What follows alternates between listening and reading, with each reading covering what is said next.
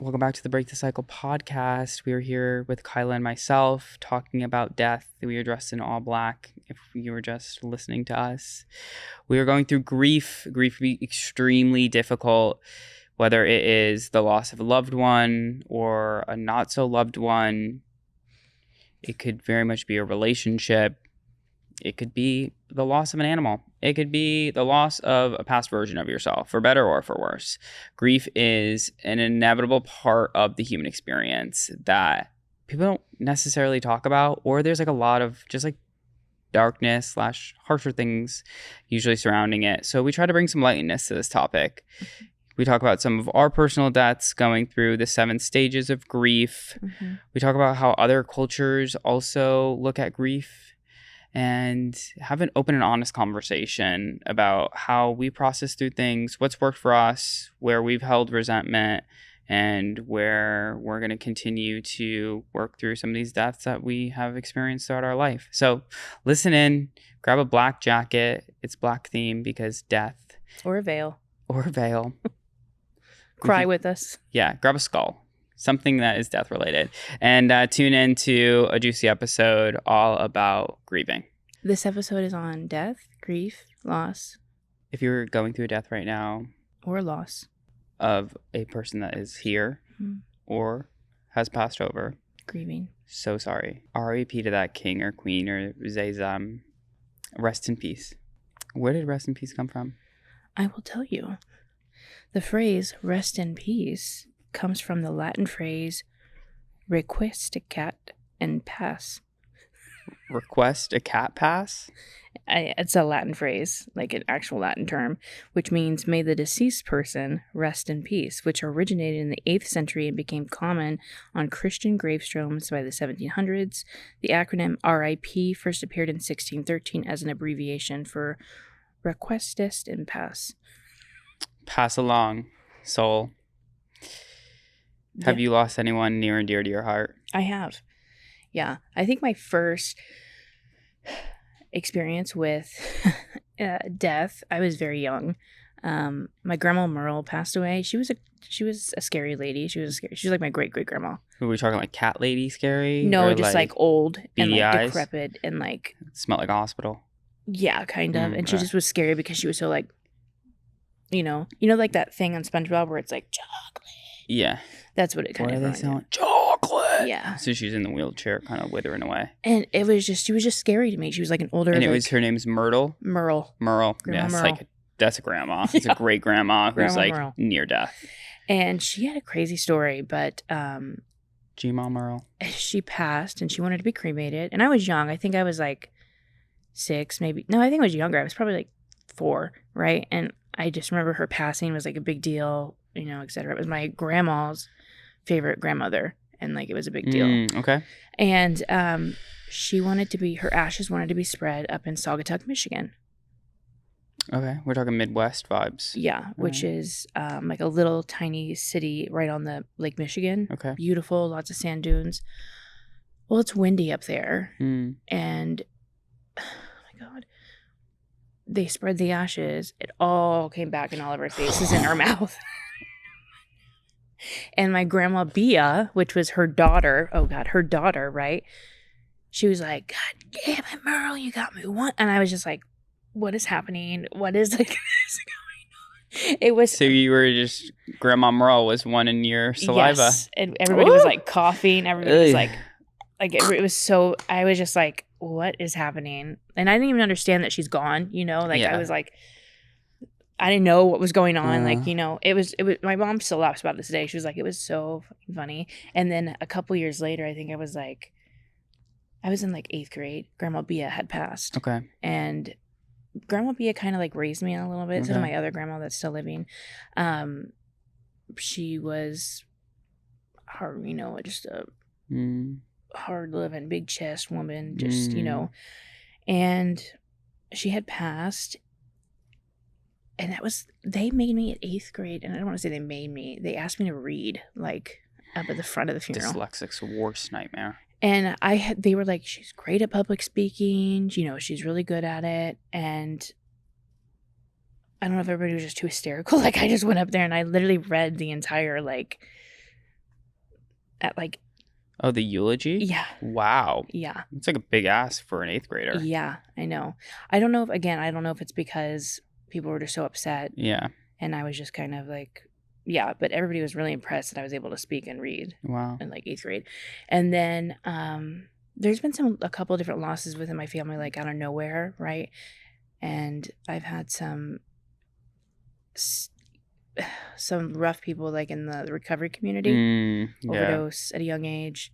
That'll happen in that community. And it's just suddenly, out of nowhere. Yeah, it's really tough. But I think the hardest loss for me is losing someone. Of course, I lost my grandpa just recently, a couple years ago. Is losing someone that you've had like a long-term relationship with, or friendship, whatever it is, and they're still living. That's like the hardest thing for me. Different spin on grief.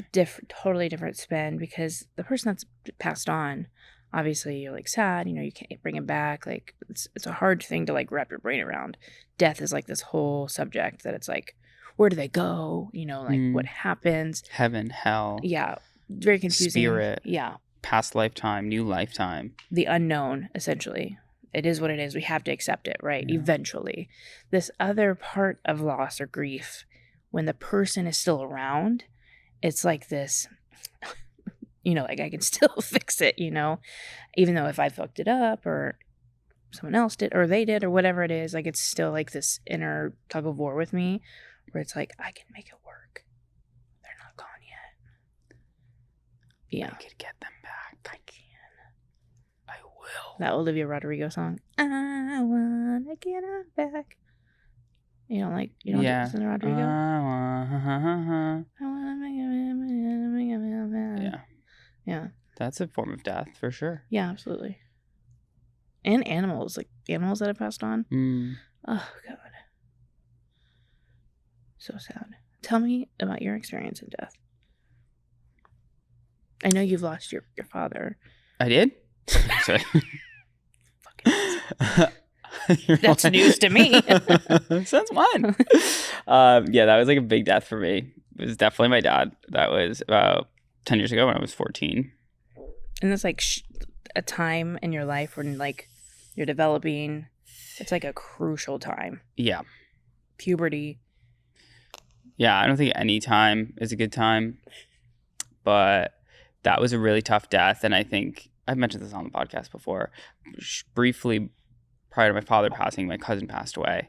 And I think one of the hardest human experiences that I have to see up until this point in my life is a parent burying a child. Yeah. And I saw my grandmother go through it. I saw my aunt and uncle go through it as well. That is really difficult. Like it's just taboo almost. Shatters the family. It really does. Yeah. So that was like definitely a really tough death, and I had like a lot of resentment towards him, and I like had kind of like a parental estrangement relationship. So like I didn't cry when he passed away, and then I had like delayed grief, which was a whole nother thing, and then realizing that I had to unpack his emotional baggage and my own emotional baggage throughout that process. So that was definitely difficult, and I think, but happening at that age, I think there's like a lightness now to death, as in it happens, and like because it was such a big death that happened early on, it's very real to me. Yeah. Right. I feel like people don't realize like death is, real until it happens maybe at like a surprise. I think that's like a big one. Like, of course you don't want like sudden deaths. Yeah, your grandparents to pass away or like your parents to pass away, but you start to almost see them like wither away. And at a point, even if they're like functioning, you're like, they are not of the caliber essence that they once were. Right. You kind of see that decline, and it's almost like, okay, I could kind of see this. It's almost like a animal passing away, or a dog even. Like you could see them slowing down, and it's like, okay, they're ready to make that transition. Yeah. So going through that definitely allowed me to look at death in a different way. And then I ended up losing a friend when I was in freshman year of college, and that was like the hardest death I've ever gone through, because it was like a shock death, and it was like drinking and driving. Oh gosh. And just realizing that could have been me. It could have been any of my friends. It could have been anyone, Yeah. It's just, it's like survivor's guilt almost. Yeah. And just like thinking that we all went home for Christmas break, and then like one of us just like didn't come back. Yeah. God. Oh God. And that was, really difficult, because I was friends with their group who was like their hometown friends. Yeah. And then they called me, and then I had to call and like let some of my friends know. Yeah. And they're like, is this real?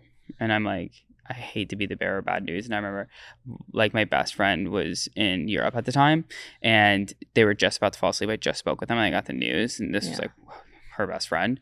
And I was like, I really want to make sure that I talk to her before she goes to bed. God forbid she wakes up and it's just going to be everywhere, all on Instagram. It's going to be like, and I didn't get to her. And then she called me like a few hours later when she woke up and she was like hysterically crying. Oh.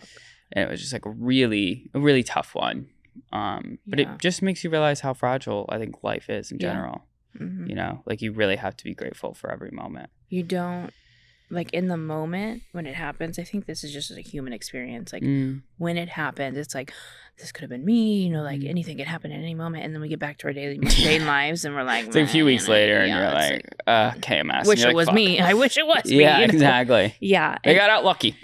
Like it's like I feel like I hold a lot of empathy for just people I don't even know as well. And seeing, especially being in I remember when I first came out to get sober, right? It was my first experience of like being around people who are also trying in the same race as me, right? It's not a race, but like we're in the same path to like just stay sober, right? Not use drugs, right? Like we were all together. And I remember this counselor at the rehab, she made us all stand up, all hold hands in a circle, like a kumbaya moment. And then she said, everybody look to your right and everybody look to your left. Only one of you will make it.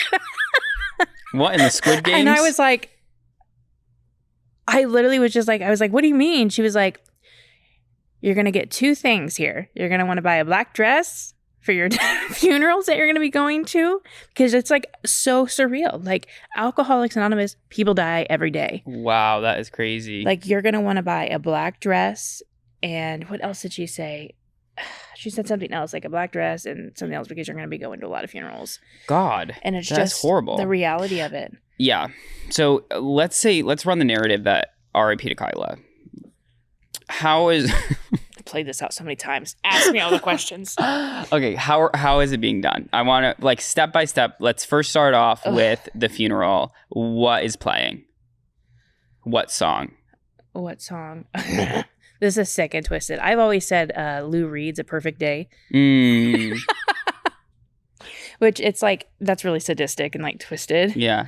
I feel like that's just kind of like my vibe though. Like, just it is what it is. But then again, it's like, I think it's hysterical. It's like a last laugh. It's like a giggle. Yeah. And then I don't know. There's also this song that I always thought about. You know Weezer, right? Like, well, they have the song called The Greatest Man That Ever Lived, and it's like a 10-minute song that plays. It's a really good song. It's kind of like Bohemian Rhapsody, where it's like all a bunch of up and downs. I loved that song too for a very long time. Okay. It's really good. I love Weezer too, but I don't know. I think I would just want. I would want a casket, right? Closed. Open for like my family to see me one last time, because you got to think about it. Like, let's say if I were to die right now, I've had to play out this scenario. Oh wow! Because the black dress of the realist, like the reality of what I'm up against, right? Okay. And I'm like, fuck, if I die out here, my mom's gonna have to ship my body back home. You know, like I have to like think about like, wow, you really went the distance there. Because you have to think about every decision I make. Is it gonna land me in that position when it comes to like staying sober, like being healthy, you know, like we have to think about this daily and diligently, because I've gotten called, like I've had a call on my mom on the phone. She was like, you know, I got overdosed on Christmas 2 years ago, and like her just being like, I would have to ship your body back. Like I had to think about these type of things, you know?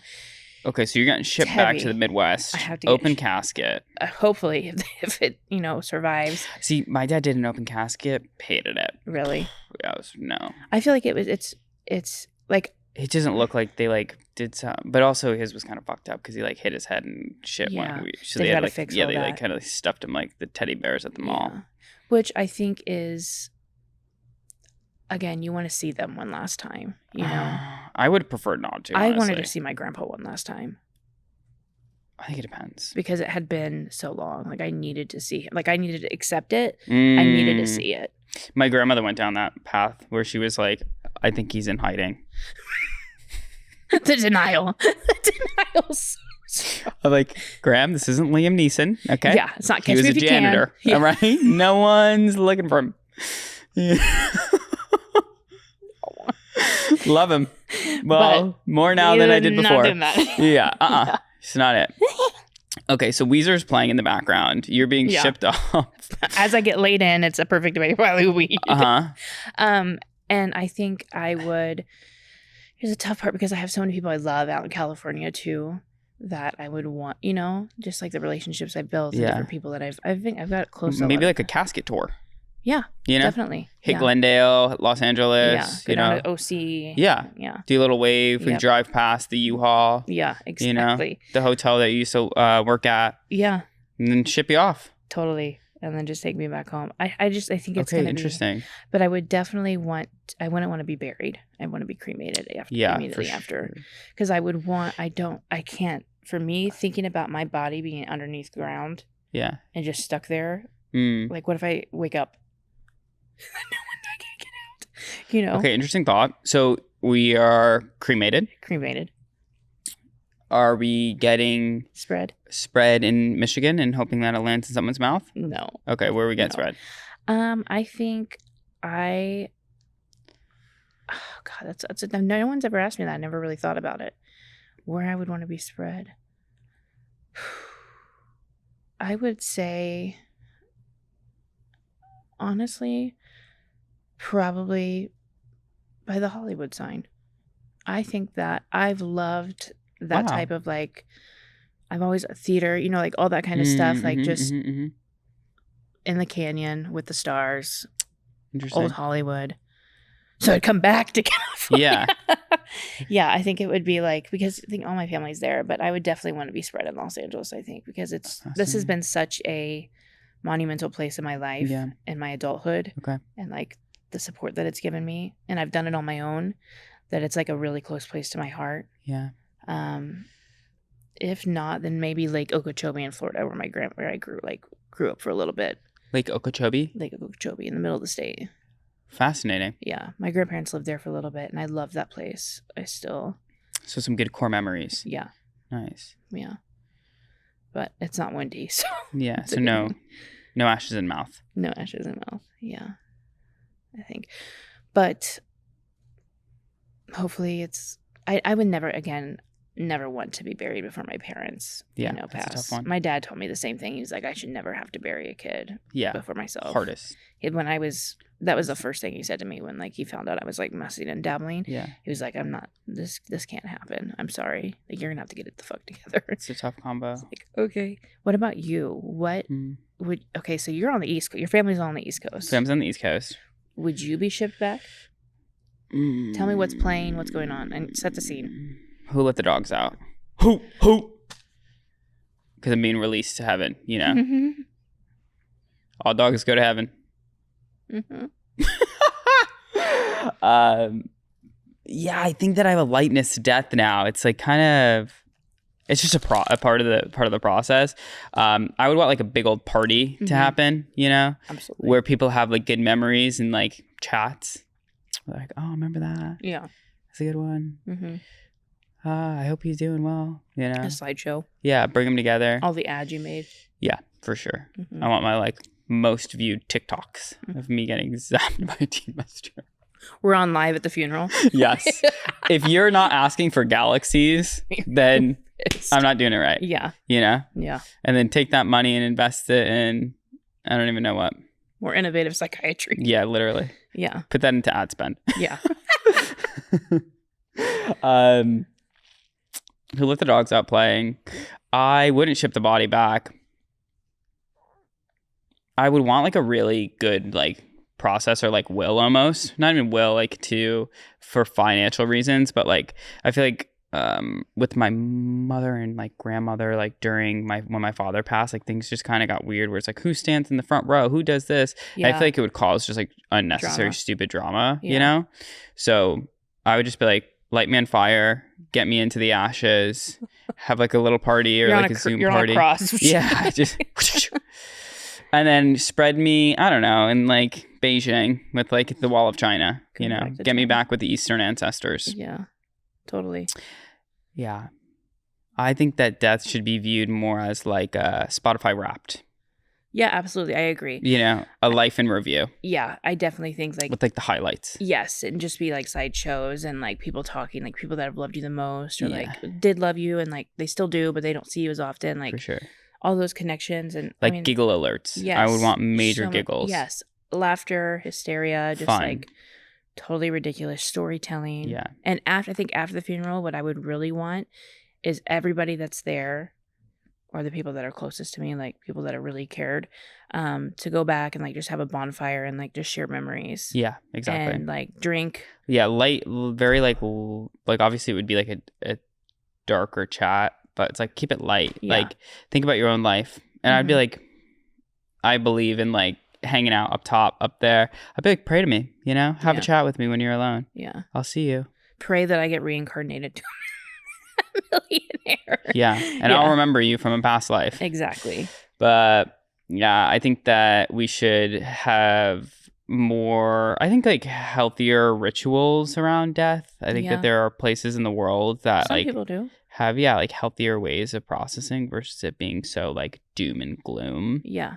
There's like this darkness around death. It's like, you know, we're wearing black today because of the funeral. Mm-hmm. You know, which I think that started like in like the God, what are those times? The Victorian era. Okay. Yeah. Why don't we have themed parties for funerals? I think we should too. What would be your themed party for a funeral? God, I don't know. A theme party. I think I'd want like a going away party. Just a going away, like graduating party. So are we doing like caps and gowns? Or are we doing like bon voyage? I think so, yeah. Bon voyage, and everyone's in like sailor fits. Yeah. Okay. You know, there's people that pass on. There's now a burial where you can just bury them in the sea. Yeah, there's like a lot of different things. Now, I saw it on Shark Tank a few times. You could turn your body into diamonds, and people could wear it as jewelry. Wow. You could turn it into like, you know, compostable like soil. You know, that's gonna be us one day. We're pointing at a tree over here. Yeah. Yeah, I mean, it's an interesting kind of like thought when you think about your own death. You know, I was watching this Instagram video, whether it's true or not. And they're like only 10 people like will cry at your funeral. So like, don't live your life for others, basically. Yeah.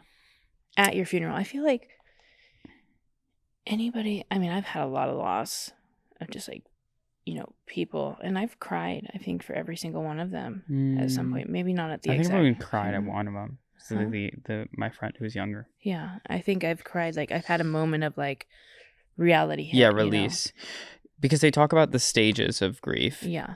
There's like 7 of them. Yeah, there used to be 5. And then they added. It's like 2 new wonders of the world. Guess people are like, I'm going through more than that. Okay, so it's the 7 stages of grief. I remember when my dad passed away, we had this grief group at school. And like I went in and it was almost like a club. And in the beginning I was like really shy. I really didn't share much. And then I like graduated and I was like running that shit at the end, you know? Yeah. I used it to get into school, so it was great. But it was really interesting because we all came around and everyone like lost a brother or like a dad or like, and I think that was probably one of the most beneficial things because we would talk about like these types of 7 steps that we're going to dive into. Yeah. But when you lose someone, and I felt like this with my cousin who lost their brother, you kind of just like shooting the shit about it. Yeah. Like you lost this person, like, damn, that sucks. You having a bad day? Oh, that's rough. Versus when someone comes and approaches you about death, like, I'm so sorry for your loss. Yeah. And it's like, why the fuck are you apologizing? Yeah. And you're trying to send like, you know, positive vibes, like, hey, I'm thinking about you. Yeah. But sometimes it almost is like you're a broken bird in a way. Yeah. Well, I don't like, for me personally, it never worked. It was almost like, yo, where are you at with this? Yeah. Or when people ask like direct questions, I'm like, how did that really affect you? Where some people would shy away.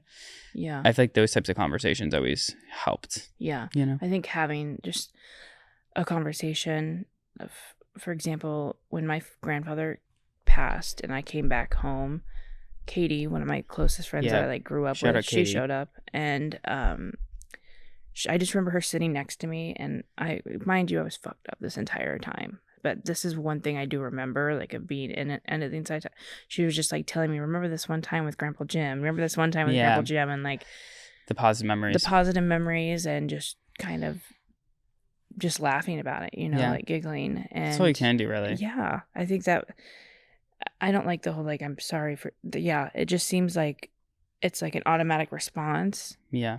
And like they're uncomfortable. They don't know what to say. I It's remember like right after my dad passed away, I went to the movies with my brother, and like everyone knew at school and no one said anything. And then I saw this kid and he's like, "I'm sorry for your loss." And I was like, "You don't even know who I am. Like, why are you apologizing?" You know? And he probably was like, yeah, no, I didn't say that to him. I just thought, I was like, "Thank you." Oh, But it was yeah. just like, this is so fucking weird. yeah. You know? That Right. like, and they want to be there to console, obviously. It's like out of goodwill, but I think lightness is the best way to approach these. It's like giving, to me, that gives off like when someone's crying and you hand them a Kleenex. Yeah. Or like a tissue. Like, Yeah. let me cry. Let me feel the emotions. I don't need to stop this feeling. Right. Let me Like, go through it. Give me a hand. Yeah. You know? I don't need a fucking Kleenex. Yeah. Like, let me Yeah. fucking dirty sob. Yeah. 7 stages. 7 stages. Okay. So after the loss happens. Loss happens. Shock and denial. Shock and denial. Okay, so I want to frame these types of conversation, Yeah. asterisk, and not just like I just fucking lost Grammy. Yeah. Like, I also want to bring in the relational context on like, I just had a best friend breakup, or I'm mourning the loss of like my mother that I had to go through a parental estrangement with. Yeah. Right. Got those lenses on? Yeah. Ching ching. Okay. Got my life vest. Got your floaties? Yep. Let's lock in. All right, here we go. So with shock and denial, I mean, obviously the sudden No, it's just the banter, the back and forth. Yeah. Made me giggle. No face. Continue. Sorry. You look like a little chipmunk. I've never seen your face Oh. look like that before. Oh. With obviously like the loss is like the loss. It's like the big kaboom, right? It's like the bomb that goes off, and then you've got to deal with all the after effects of the bomb. Yeah. It's literally like that. The bomb already happened. It's already going on. Like it's happening. But I think the shock of it, I get through pretty quickly. It's the denial. Okay, wait. What's the first step? Back up. Shock and denial. Shock and denial. Okay. Shock. Can you give me a little rundown? Yeah, I'll give you a little rundown. Okay, most people react to learning about a loss with numbed disbelief. Numb disbelief. Oh my okay. God, is this true? Yeah. You may deny the reality of the loss at some level to avoid the pain. Shock provides emotional protection from being overwhelmed all at once. This may last for a few weeks. Yeah. I feel like that's true in some instances. Yeah. In other instances, it's not. It's quicker. Yeah, I think so too. I, again, feel like death, actually losing someone that has passed on, the shock and denial is much quicker. Because it's like, now we got to plan a funeral. Now we got to do all these different things. We're getting into action. We're getting into mode. And I think there's like two different types of people. Some people will look at it from their point of view and be like stunned, where other people will be like tend and befriending other people and ensuring that like the funeral's planned. Everyone's good. Are you emotionally stable? Are you good? Yeah. You could cry on my shoulder. Yeah. And that like stunnedness pushes you to action, which might not be even acknowledging, which may be you being stunned, right? But you're just taking an action-oriented approach. And that's okay. Yeah. There's nothing wrong with that approach because it's what you've got to do. For sure. And people, I think, are raised certain ways and they're going to react in certain ways. Totally. There are like some people that are just go-getters and get everything done. They can't, and they'll process it when they're on their own. They can't do it around people, which I feel like I'm a little bit like that, where it's like something happens and I'm like, okay, what's the next step? Because I don't want to get caught processing, because I don't want anybody to fuck up my processing. Yeah. Or I'm not going to get through it. And I feel like there's other types of people that are like over analyzers of the situation. Like even my grandma was like, what's he taking? You know, where is he? Is he still here? Like, what's the blood alcohol level? How's this work? What happened? You know, and it's always a who, what, when, where, why. Yeah. Rather than like almost like an exception and starting to take action. And I think that happens with deaths that are like shocking, right? Yeah. A loss very suddenly. It wasn't like old age. Right. For example, my stepfather, he died of a crack overdose, right? Whoa. And his like heart exploded basically. Wow. And I remember like getting the call. I was out in California, December 2016. Okay. And I'm like, is this?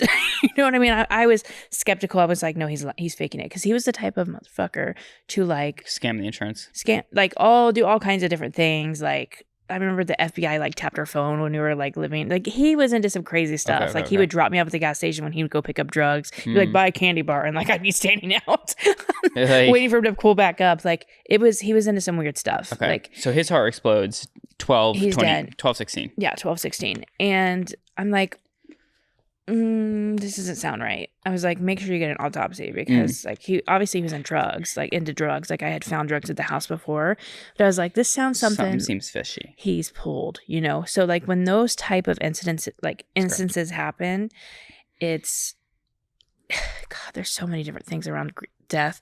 Like for example, like him and my mom were always going at it. Like they were fighting custody for the kids. They were in a divorce battle. And then all of a sudden he died. She was like, oh, you know, like, he's gone now. There's no more fighting. Yeah. And you would think that there would be relief to that, but no. It was a very hard loss. Which, okay, you know. You could have extremely unhealthy relationships and totally. It will hurt even more. Totally. Like, and you can't be toxic or hate anyone that you don't love. Exactly. What about in the lens of like a relationship? I've struggled with this my entire life, with any of my long-term relationships that have like, and a majority of them I've all fucked up. You know, like my alcoholism, my addiction is all... Okay, self-growth and ownership, we see you. Totally. I absolutely 100% can attest to that. Like, it's been my fault. And I will, again, run the distance to make sure that I try to get him back. You will go the distance. I will go the distance. It's one of my new favorite phrases, 2025 coming up. Run the distance. I will go literally the distance. Not stalking their Instagram page. And not like in the bushes. Like, I'm not doing that. You've stalked before. I probably have, yeah. You pulled up in a dress or two before, and I was like, how'd you find this? And you're like, don't worry. I've busted a window open, like you done punched all a brick wall. Stuff. So your shock and denial phase is a little bit more of denial, yeah, but it's bargaining. It's more bargaining, which we'll get into next. We're getting into that. Yeah. But the shock and denial is, God, it's more severe when it's like a loss that is still here. The person is still present. And I think that has a connection with like just moving on in general, or change, and the fear of change. Yeah. That's really hard for me to accept. Yeah. Having a relationship here is definitely difficult. Like with my dad 6 feet in the ground, like it was me versus the mirror versus like other relationships. Yeah. Where it was like me and the other person. And you have to wait for the other person to respond, or maybe you don't get the response that you're looking for. Yeah. There's a back and forth. They do things that hurt you. Right. Versus like a death, they're in the fucking ground. You know, you could pound the ground, you could stomp on it. Yeah. You're going to have to come to terms with it because it's you versus you. You could stuff that shit too, but it's still you. When you have another person, nonetheless, in the age of like social media, it's like, I check their stories. What are they doing? Right. You know? Is it who they follow? They follow someone new? Yeah. I saw their follow account go up. Is that a guy or a girl? Yeah. You know? Yeah. Selena Gomez? Oh, okay. Yeah. You know? Like you really start to analyze everything. Everything. Especially, with media nowadays. It's rough. Yeah.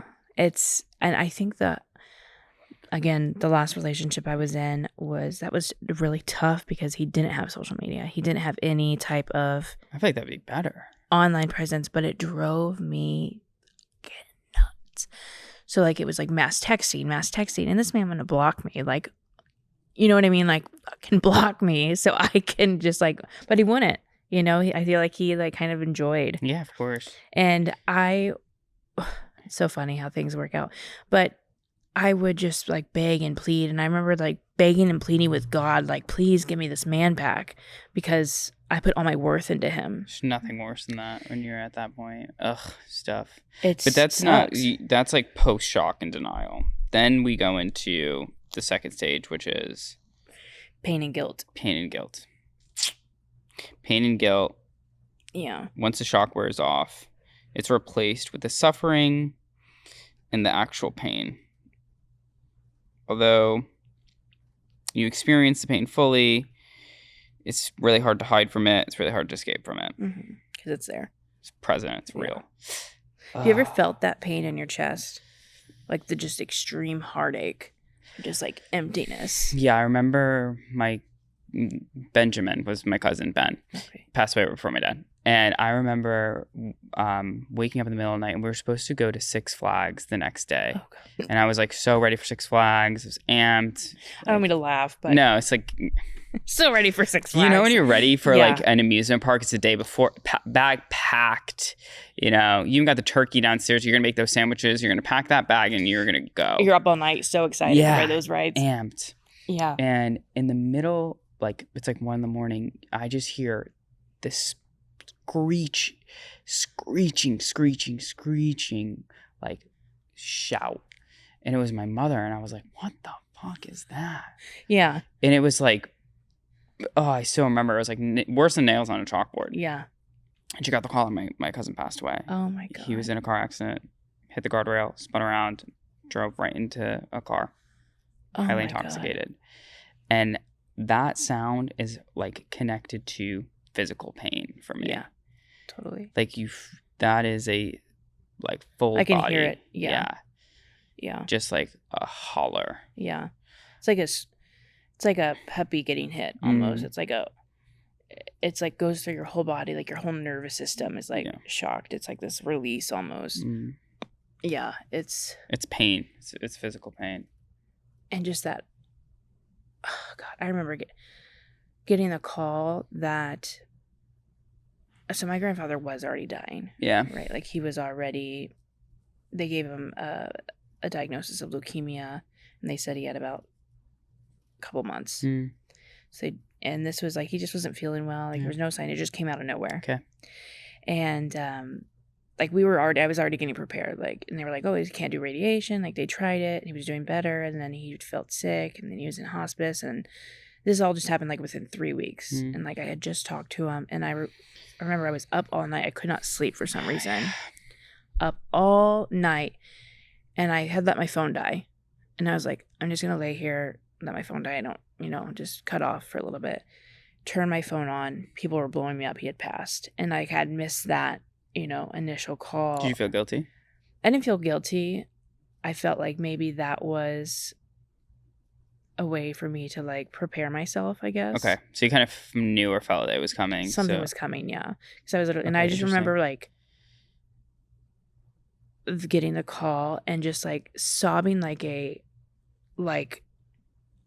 don't think I've sobbed like that. Yeah. Like the heaviness, it like woke my partner up, and like he was like, yeah, there's nothing worse it was than just like a death cry. Yeah, it was literally like a death cry. So horrifying, and I can still feel it. Yeah, it it's like in your sits. chest. It sits in my chest. It's like a 75-pound dumbbell. Yeah, and it sucks because I still hold my grandma, or like I held my grandfather at such a high and closeness to me, and like would always think about like, what if they die? Like what if they die? Yeah. And then it happening, it was just like it actually is here. Yeah, it was just so oh God, it's so tough. terrible. Yeah.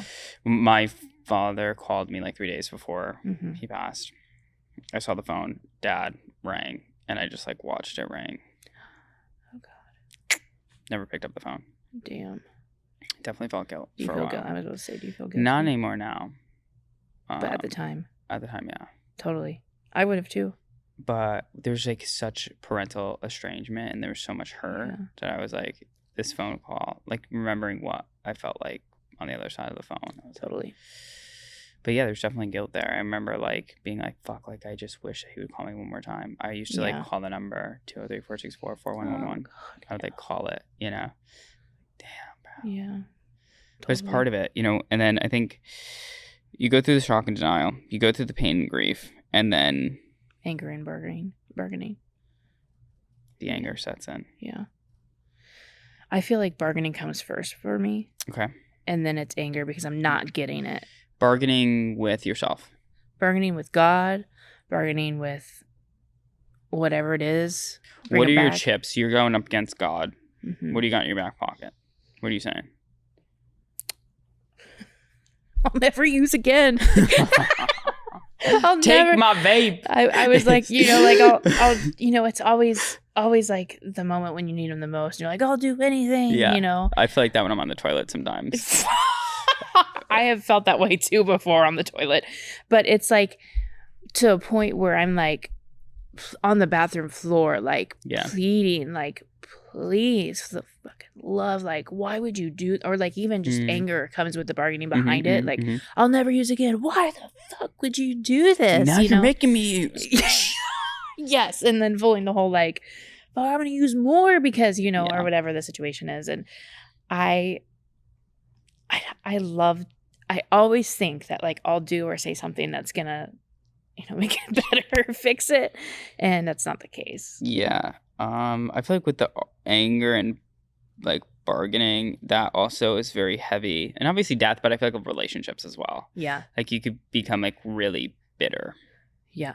And like sometimes people just stay in that anger. Yeah. Like I, talked to my grandmother, another grandmother I'm not as close with, and she was still angry at that divorce for, it had to be 40 years. Yeah. Anytime that was brought up, it was like, yeah, flame on.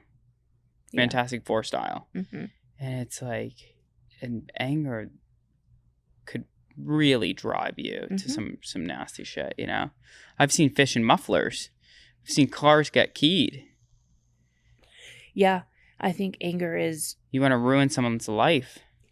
But anger is also an emotion masking another emotion. We got a rock under a toad, and there's someone under a toad. Right. It's not just like, oh, I'm angry, but there's something that's coming from the anger. Like were you hurt? Are you feeling guilty? Are you fearful? Like there's something else going on because it's a secondary emotion. And are you not getting what you want from the bargaining? You're not validated. Or something happened and you felt wronged. Yeah, I think even like in a friend dynamic as well, this could be very real, for someone to show up the way that you expected them, or they did something that really hurt you. Yeah. And just being like, how could you fucking do that? Totally. I've lost some friends, and this is the hard part, I think.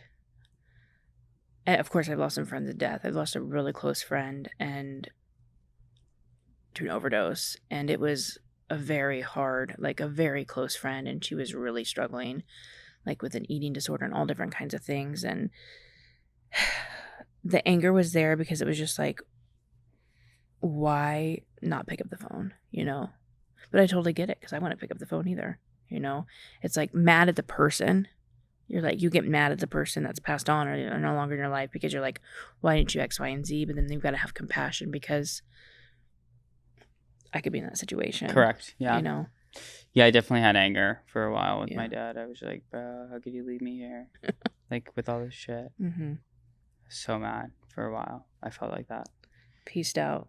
Leaving all the baggage. Yeah. I wanted to like scream at him. I was like, I wish he was here.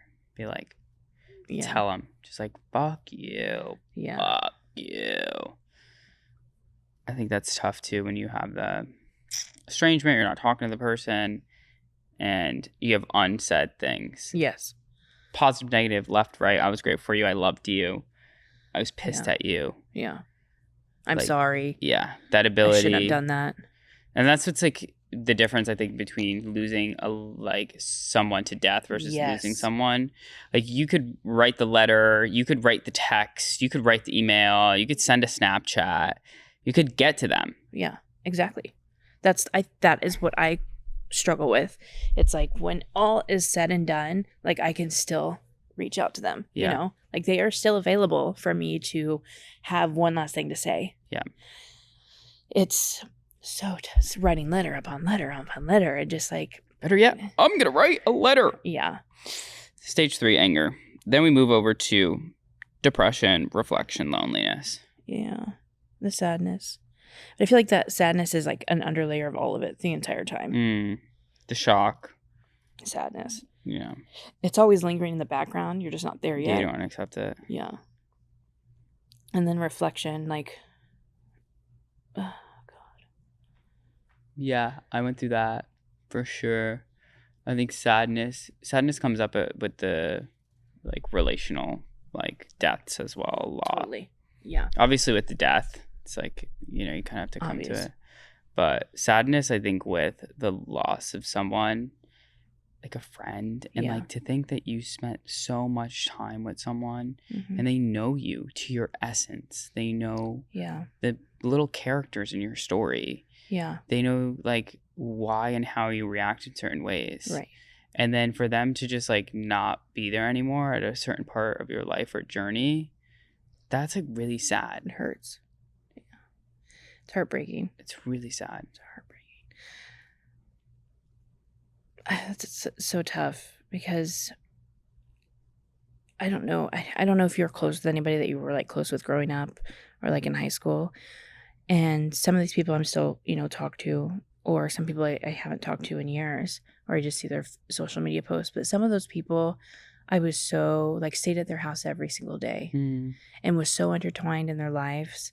And, they made a decision to no longer be in contact because I started using heroin or whatever. But just a side note, but just did a little fucking shit. And yeah. And now everyone thinks you're a villain. Yeah. And it's just like, do a little amphetamine and God. It's sad because you're like, oh God, I used to know them so well, but now you don't know them at all anymore.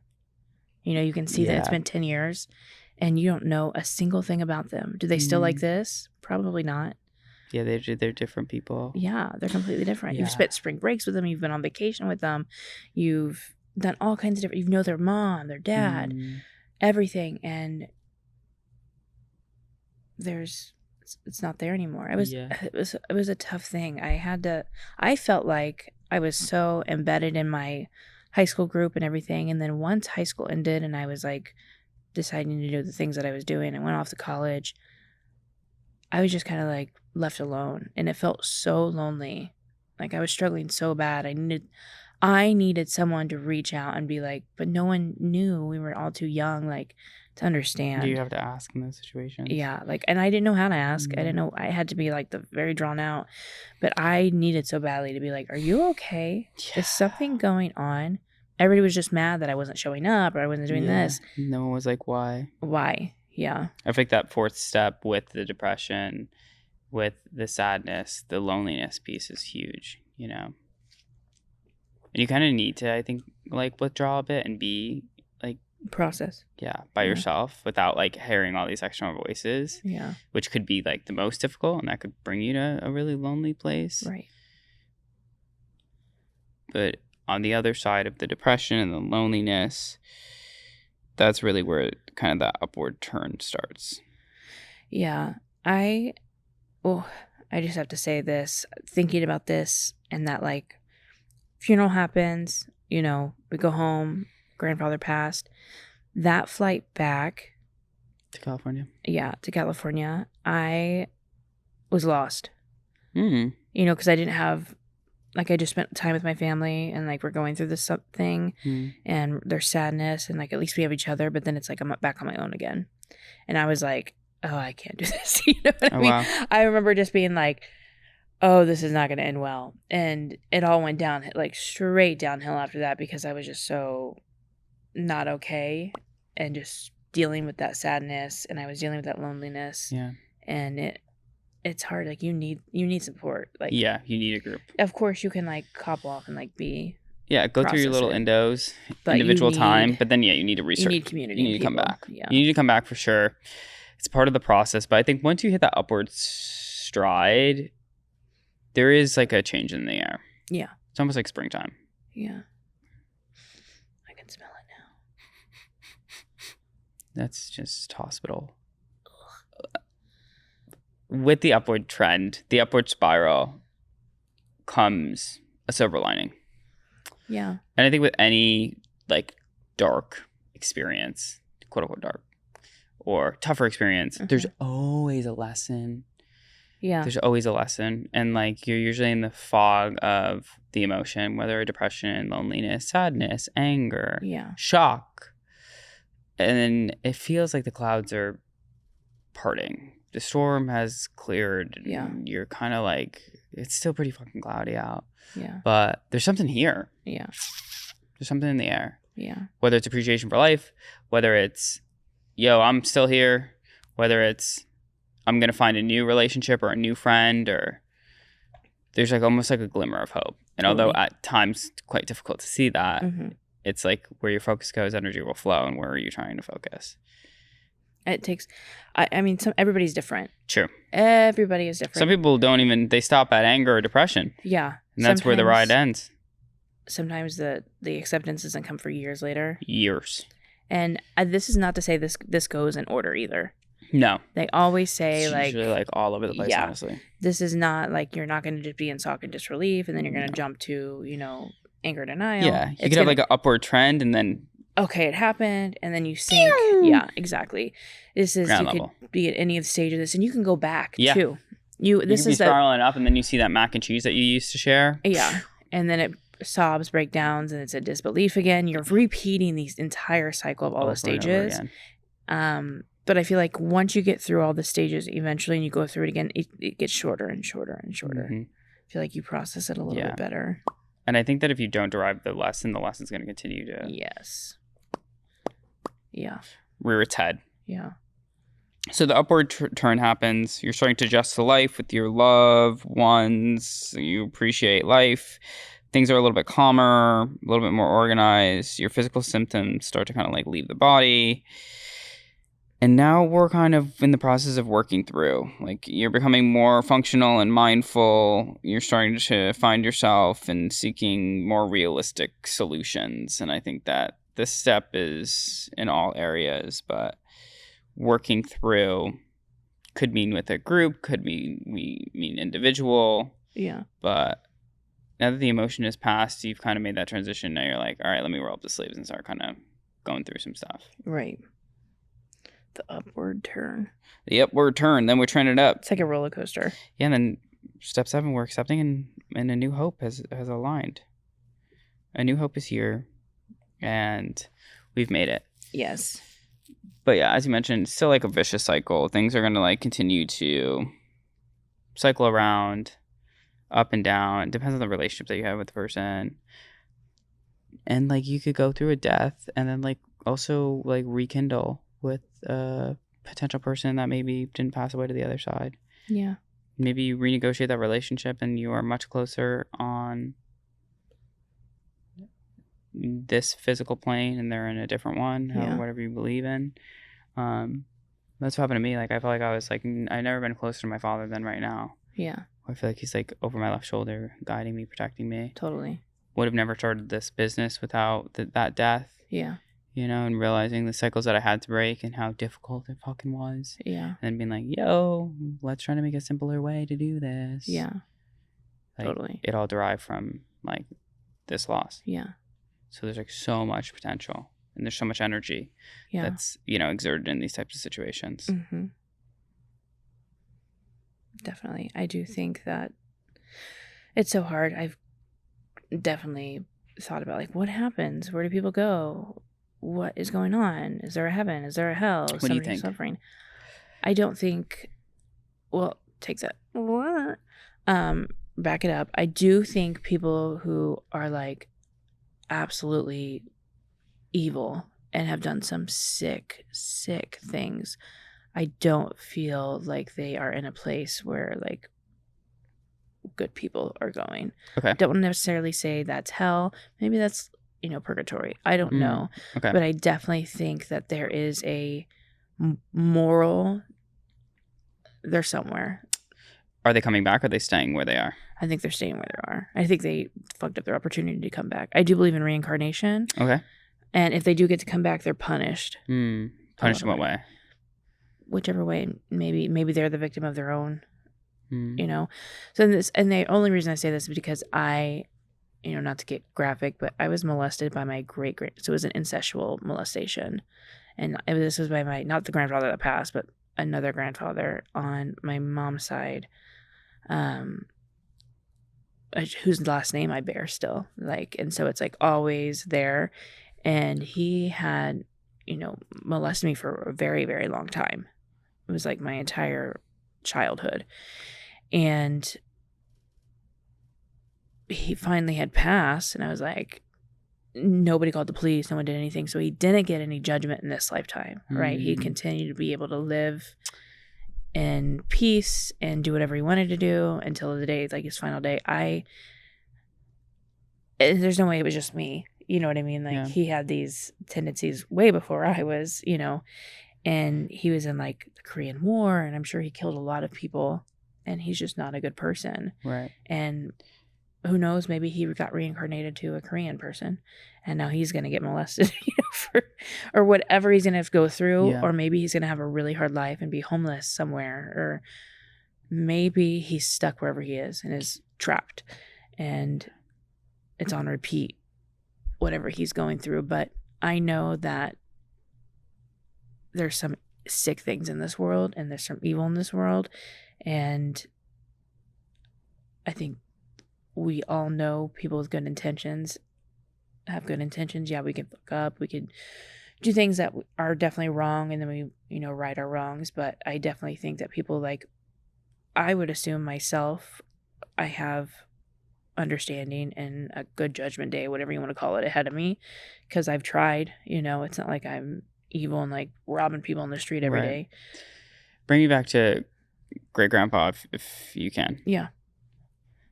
He passes away. Mm-hmm. Are you like, ding dong, the witch is dead, and you're like happy? Like, where do you feel with that? Because when my father passed and everything that I went through with the physical, verbal abuse, I was like, honestly, initially I was like, there's like a breath of release at the rip. Yeah. Did you feel the same way? I felt like it was like, he can't do this to anybody else. I felt like almost like my own justice. Yeah. Because I never got to see that. And there was other reasons that happened. But this had been an issue that had, I think, stemmed from a lot of my issues. Like, this was a core thing that happened to me. Yeah. That I blame this man for, body issues, like hating like all different kinds of things that really have stemmed from this. Like, if this never would have happened, I think things would have been a little bit different. So there was a lot of anger towards this person and confusion about just body autonomy and like sexual relations and just not understanding. And when I had told someone, which I'm going to keep this, off the record, when I had told someone, they had went through it as well. And I was like, and again, I don't blame this person at all. They were probably confused as fuck too, It's like, this is an adult as I'm younger and I'm telling this person. And they were like, oh, I felt it was a dream. Like, they had not processed it. Wow. Okay. So when I'm like, what the fuck are you talking about? You know what I mean? Like, what are you talking about? Yeah. Like a shock. And then they it was like full dissociation of the situation. Totally full dissociation, which I also think stems from their problems as well. Yeah. It's been family generational. You cope different ways. Everyone copes different ways. And the reason we did not go to the police is because they thought, this person and the other people in my family thought it was going to kill the woman he was married to, my grandmother. Okay. Like, she was going to have a heart attack, like pass away. But that lady knew. And I'm going to tell you why that lady knew. Because she would leave purposely every time I was there to go to the store. Oh, lady, why are you going to the store all the time? And then she would make me sleep in her bedroom to make sure that she would, like, protect. She would make me sleep against, like, there were signs, like, now that I've, like, processed reanalyzed it. And when I'd be like, because it's strange. It's strange when that, and I don't mean to go off topic, but it's strange when things like that happen. And when you're a child, you don't know. You are like, well, if this person's doing this to me, this is like a form of love, right? Yeah, you like, have no context. No understanding of what's going on. And God, it makes me so mad. Like, this person had to have been doing this to so many different people in the family, And we had cut off the family at that point, and people were confused. And, when we had told his son, which would have been my mother's father, right? Grandpa, not this one that just passed. It's a whole different, really weird family dynamic. He denied it. Didn't believe us. Nothing. And I was like, he must have did something to you too. You know what I mean? Like, I went to the point where I was like, oh God, these fucking people. And that whole side of the family is severely mentally sick. Like, this man killed his brother. He shot him. Like, there's a lot of layers there. A lot of layers. When you're talking about grief, and we just went through obviously these 7 steps, but then comes like some adherent truths, or you start to reflect a little bit, and you're like, you have to then face some really hard truths and have some really difficult conversations. Yeah. Which they don't really talk about that when you're like, oh, someone's passed away, like you cry. Da, da, da. Like it is really a fucking process. Yeah. You know? It is. And it's like, okay, do you choose to live in a delusion that is your security? Right. Where it is just like a dream, you know? Yeah. Or do you have to face those hard conversations? And what happens if the person reacts in a really harsh way? Yeah. What if they gaslight? What if they, you know, don't accept? Right. You know? Then at the end of the day, it's based off of what you want to do and how you want to hold yourself. Yeah. I went off a little bit, but I did have that relief at first when it happened, when he passed. And all I can say is it took me and I didn't find out until like years later that he had passed. It wasn't like we were keeping up on them or like had a relationship with them. And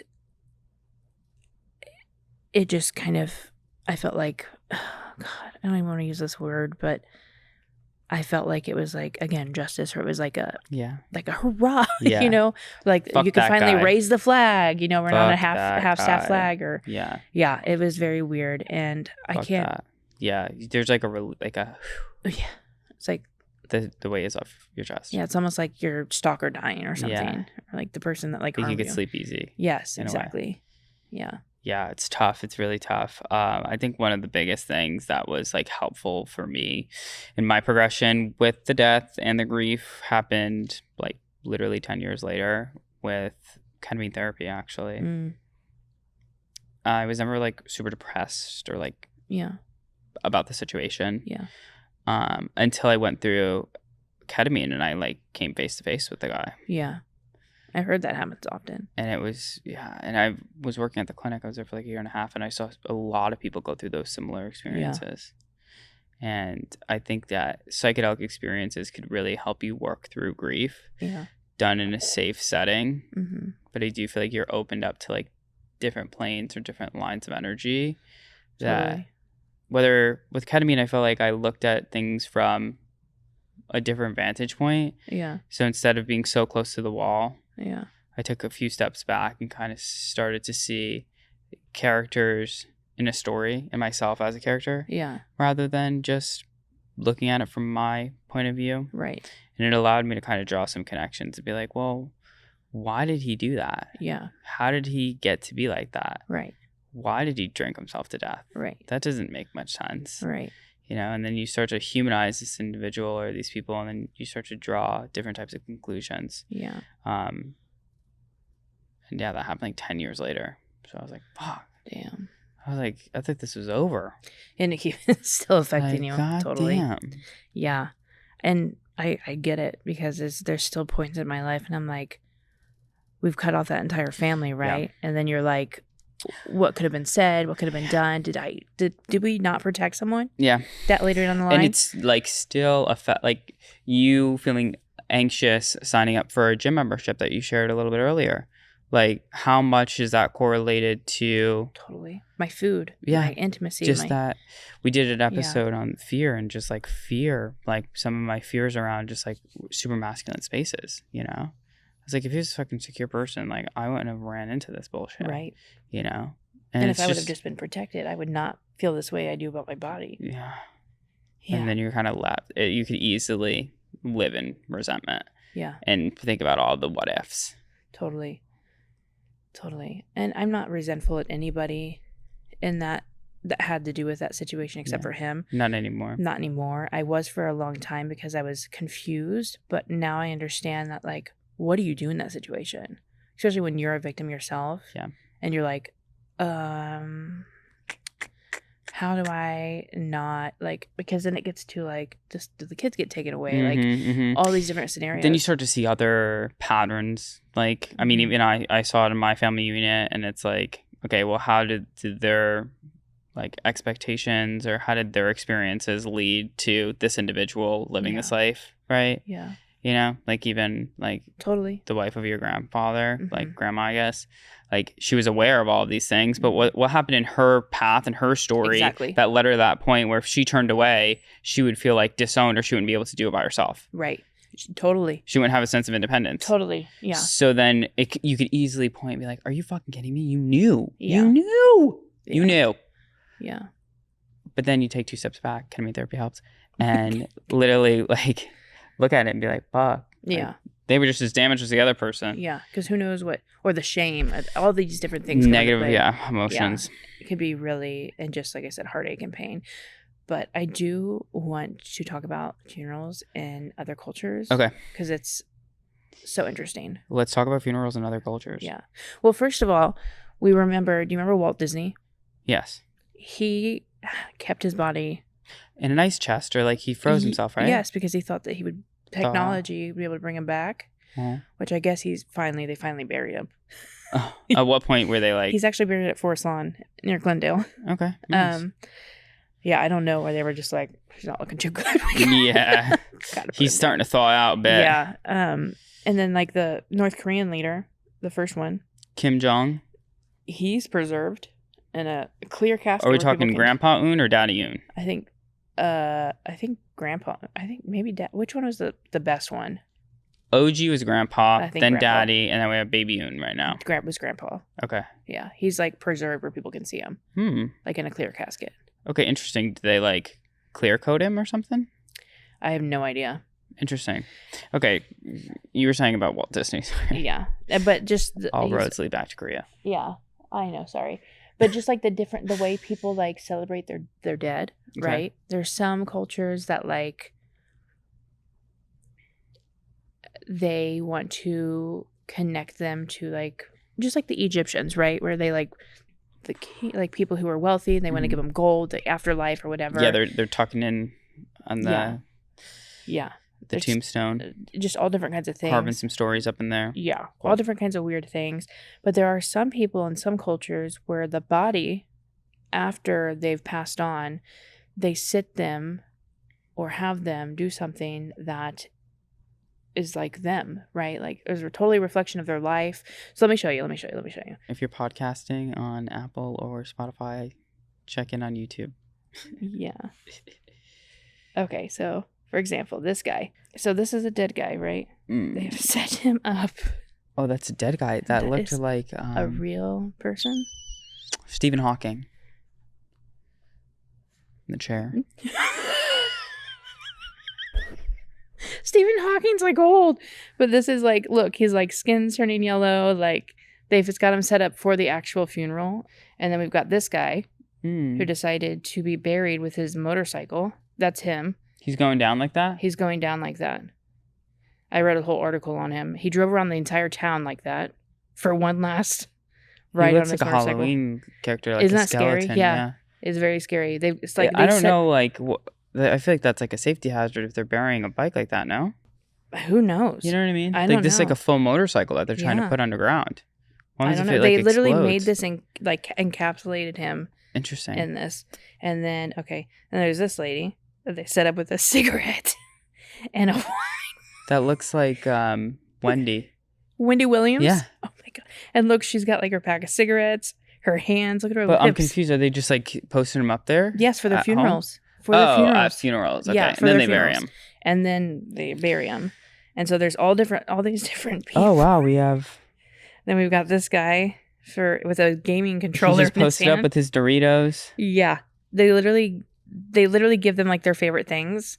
I don't know why it's all African Americans. Okay. But I don't know if this is like some part of their culture. I'm not too sure. And then you got this guy with this superhero suit on. Okay. And this guy died in a motorcycle accident, and they actually put him back on his motorcycle. Like I said, like they literally do this. It's whoa, that's crazy. The guy's driving. Like these are dead bodies for the funerals. Strange. Very strange. If you had to be set up in one posture, what would that posture be and why? Dude, think about that. Like rigor mortis. Like what do they move? You know, like I'd be like, you know what I mean? Like I would, if I had any vote in your setup, it would be Egyptian cotton sheets, scrolling TikTok, squinting at the TikTok. Yeah, I mean these people literally. Get them all set up. Like that guy literally had the game controller like he was playing. And they just set up the dead body and he was just then gaming. that's how the people view them. Like they're not in a casket. Wow. They are out doing their favorite That's thing. kind of fun. It makes you think, what are other non-traditional ways? Like a casket's kind of fucking boring. You think about it. Yeah, like but think about the safety hazard of like the body. And like light me up. Spread me along. Yeah, that's totally acceptable. But like people like come up and touch like and like take pictures with them, like it's one last picture. Yeah. It's very strange. It's very, very odd. Someone just fakes a death. Yeah. Gotcha. See, that's what I'm saying. Like, and then the rigor mortis, like, what if they're like hand moves and they're like, it falls over? Ah! You know what I mean? People are sobbing even more, Oh my goodness. That's wild. That's horrible. Ugh. Wow. What a heavy topic today. Very heavy. I'm happy that Danny wasn't here because I feel like he would have stared at us and just been like, yeah. Has Danny lost somebody? No, that's why we did this episode without him. Which probably would have been an interesting position. You never want anybody to go through that type of thing. But everyone goes through it. But everybody has to eventually. Yeah. You will. Yeah. It's part of it. It's part of it. And until you know, then you know. Then you know. I was going to say something else, but I can't. I'll get canceled. Go. You don't know until you know. Hit her. It's a good jam. It's a good jam. We talked a lot about death. If you were struggling with a loss of a loved one, a loss of someone that's still here, a parental estrangement. Are you grieving it all? Yeah. Are you grieving past versions of yourself? Sometimes I scroll through and I was like, damn. Oh, God. I'm like pretty present. I hate doing that. Or like people if they've like gained weight, and then they like. Please. Receding hairlines. You know what I've noticed? And this is why I've started this journey of like health and wellness is I used to look like when pictures were taken of me back in like high school or whatever, I'd be like, oh, I was so ugly. Or like at the time that picture was taken, I saw it and I'd be like, oh God, I'm 600 pounds. And now I look back and I'm like, I was cute as fuck. You know what I mean?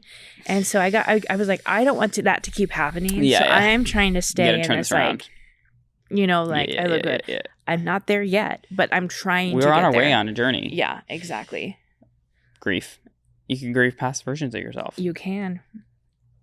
Grieve past mistakes. Grieve celebrities that die. Okay, that's fucked up to me. I'm going to be honest with you. Why? I don't get it. Like a lot of people were really upset about Liam Payne. But I feel like that's the 5 deers. Or like even like Steve Jobs. Like I remember people were outside with candles at Apple. Yeah, that was weird. It's or Michael Jackson. Weird to me, to be honest with you. I kind of was really sad about Amy Winehouse. Yeah. I was very devastated about Amy Winehouse. But like we don't know these people. Of course not. But it's not that I don't know her, right? I don't know Amy Winehouse. I have no idea who she is. But just the fact that her life and watching her life play out like that. Okay. And the sadness of her dying and like she's never gonna put out another album. See the musicians like XXS Tentacion. Yeah. I was like, damn. I feel like he would have had some heat by now. There are several. Kurt Cobain, all these different people. A lot of people were super upset by Kobe. Of course, yeah, and just the way he died too. That was crazy. With his daughter. With the daughter too. Yep. Definitely. Yeah, I can understand it. I just don't. Some people I feel like take it really personal. Like I had someone on my feed like hysterically crying at the One Direction death, like bawling in front of the camera, and then like chose to proceed to post. I'm just like, so this is the thing. It's like that's odd to me. Like, am I fucked up to say that that's fucking weird? I think a lot of people there's like this dynamic between parasocial relationships. Is what they call them. Yeah. Some people are like. And some people are like, and I used to be a fangirl, I'm not going to lie. I was like a diehard fangirl. But like, even though like Liam Payne, like I'm not like crying. I'm like, oh, damn, that sucks. Or like reading about what happened. But I'm not like, like. I think it's more of like, it's like, I can't imagine like being like drugged out at like a hotel in Argentina and then flinging myself off a balcony. Totally. Like, where is that person mentally? And that's really sad. Yeah. But I'm not like, oh, like Liam Payne, you know? The guy I thought I was going to marry, you know? Yeah. Would you be surprised? I know. And that's what I'm saying. There's like this weird connection. But to me, it's like when a musician passes, it's like, damn, we're not going to hear any more of them. Like Mac Miller, for example. Yeah, another one. He was a hard one. I wasn't devastated, but it was sad. Yeah, it was very sad. The way he died, the way he passed, it was sad. But then I do feel like their like perception precedes them. Totally. And then it's like Mac Miller, I feel like is so much better because he's passed away. Totally. But if he like came out with some like dookie albums, we'd be like, Mac Miller, he had some like, really good songs in like the early 2000s. That's like their legacy. Yeah, like Flo Rida, for example. It's like, baby, are you? No, that's not down. Yeah. What is it? Baby, are you down? That's Jason Derulo, isn't it? No. Apple bottom jeans, boots with the fur. See, like he's now like fizzled out, but he's still here. Yeah. Where like if he like was passed away at his top tier, people would be like, "Fuck, I remember Flo." Jeans. Yeah. Damn. Yeah. Bars. Totally. Yeah. Like same thing with Mr. Worldwide. Yeah. It's going down. I'm yelling timber. Like right. Just does it hits still for sure. Yeah. But I wouldn't be like, whoa, he passed away. Definitely. So do you think that same with like Aaron Carter? Oh yeah, he did pass away. Yeah, but he kind of like went down. Which again, it's sad that anybody would pass, but like Amy Winehouse versus Aaron Carter, like. Aaron Carter was like childhood. Yeah, he was like more of like a pop star. I didn't take him as like a musician. Exactly. He was more like a personality in a way. Exactly. Where Amy Winehouse, you were like locked in on like good soulful music. Yeah. Hair on the back of your neck. Exactly. Back to black. You're like, whoa. Yeah. Right. So I think that's again parasocial relationships. Just people just grieve in different ways. And if I were to lose like someone that I really listen to religiously and be like, damn, I'm never going to hear their music again or anything new, that's a hard pill to swallow. Yeah, definitely. And also, if you haven't gone through loss, that could be like the most difficult thing. Yeah. A lot of Michael Jackson fans were like that. They still. Really? Yeah. I still see some like people from the 80s that are like, Michael Jackson. Fascinating. Like, interesting. Well, if you are grieving the loss, yes, of somebody, here, not here, alive or dead, grieving at all in any way, for anything, animals, pets, time, jobs, anything. Loss can be much greater than just a person or a relationship. It can be anything. And you need some extra support, give us a call. We are available. We offer many different innovative treatments like routine psychiatry, med management, therapy. Maybe the depression is too much. You've tried different medication trials. You've tried different meds. Maybe you need another innovative treatment like Spravato, IV ketamine, and then TMS as well. Most all backed by insurance. So reach out. You're not alone. You've got support with your cycle breakers here.